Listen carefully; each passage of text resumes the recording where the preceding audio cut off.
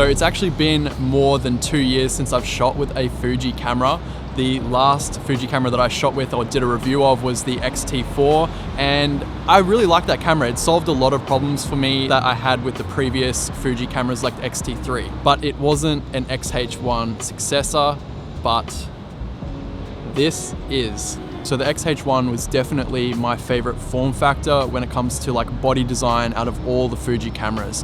And out of all the cameras that I've tried, and I've tried quite a few of them, it has the best IBIS, the in-body stabilization. Just no other camera could compete with it. So this is the Fujifilm Xh2s, and I'm really excited to test it out. I've got the 33mm 1.4 on there as well, which is a new lens that I have not tried yet. So I'm super excited to try it out. I'm actually about to do a shoot with my friend Noph. She's about to meet me here really soon. Maybe like go up against the fence kind of thing.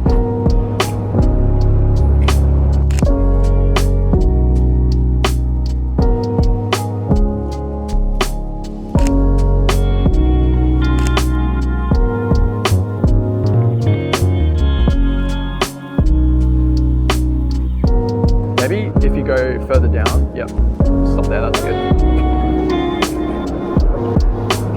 Oh, that's actually awesome. Getting a reflection of something. Oh, it's that building there. Is it good? Yeah, it looks sick. Looks like I'm using off-camera flash, but yeah, look towards the building there, that's sick.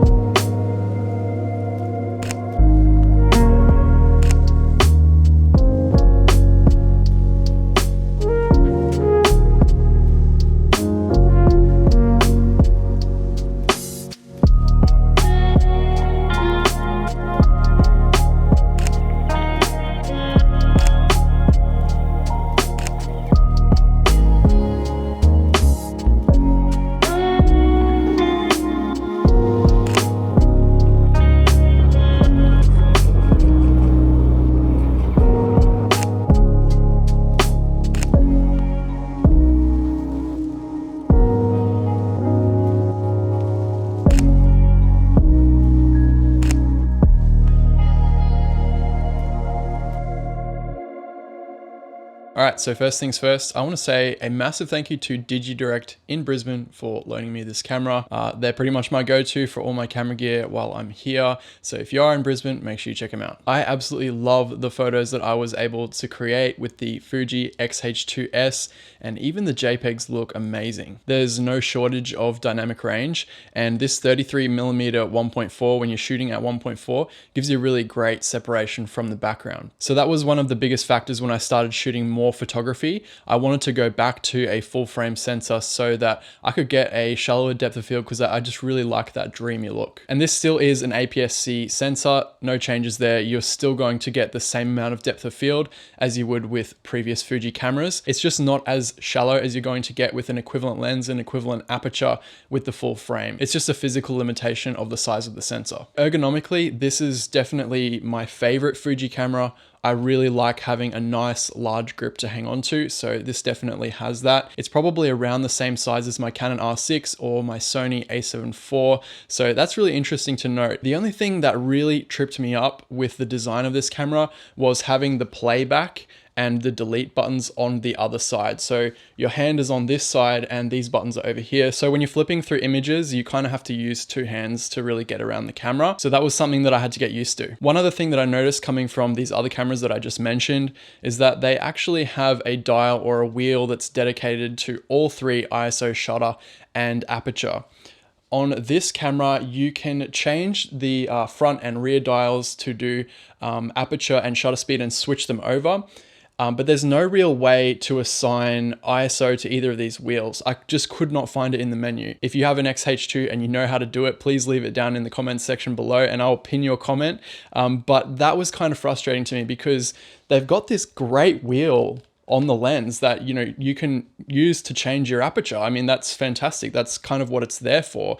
So why would you need an extra dedicated dial on the camera for your aperture? It just makes sense to be able to assign it to ISO and then you have like control over all three. So in order to change ISO, you have to press this little button up on the top of the camera. So a little bit of a workaround. I wish it was different. So as I mentioned, about the same sort of size and weight ballpark as my other full frame cameras. So you're really not getting any advantages in size and weight in terms of the body, but where you are going to see that is in the lenses. So this is kind of like a 50mm 1.4, maybe 50mm 1.8 when you account for the depth of field difference, and it's nice and small, compact, and I really like that. Obviously, it only has to cover, like the image circle of the lens only has to cover that APS-C sensor, so they can design it to be a little bit more compact. I won't talk too much about this lens because I might want to borrow this one again and do more of like an in-depth review or photo shoot with it. I love it. I mean, I'm not the biggest fan of 50mm, but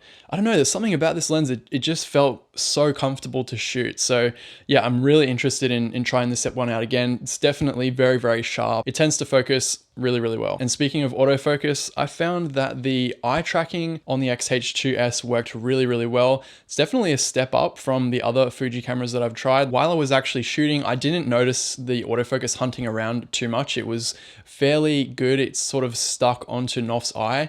However, when I got the photos into narrative and I started selecting them, I did notice that some of them were front focused, and the focus accuracy, the hit rate is really good. Don't get me wrong, like most of these newer cameras are just phenomenal in terms of their focus accuracy, but it's just not quite on the level that I'm used to from something like an R6 with the dual pixel autofocus. So definitely a lower hit rate, but I am really stoked to see that Fuji are definitely stepping it up when it comes to their autofocus. In terms of the actual image quality, I love the look of these photos. I'm not sure whether it was the lighting on the day or the camera itself, but they just look phenomenal.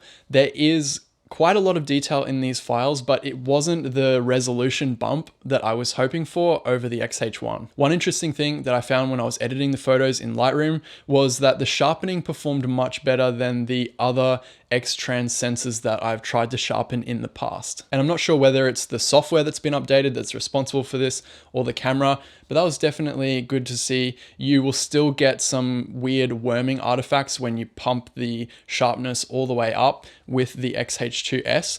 However, I would just revert to my usual practice when I'm shooting with Fuji files, and that is to leave the sharpening at 0, export all my files, and then do a final pass of sharpening through Photoshop. It gives you a much better result. I am personally not the kind of guy that likes to shoot JPEG and have a JPEG straight out of camera. Pretty much everything that I'm doing behind the camera is going to be edited in some way. I have a very particular style. You guys have probably noticed that. I like to add some grain to my photos, give it that kind of nostalgic feel. You can actually do that with the picture profiles inside the Fuji, but I just like to have that extra level of control. But if you are somebody who does shoot JPEG, they just want a really great looking image out of the camera, then this is definitely a camera that you should consider.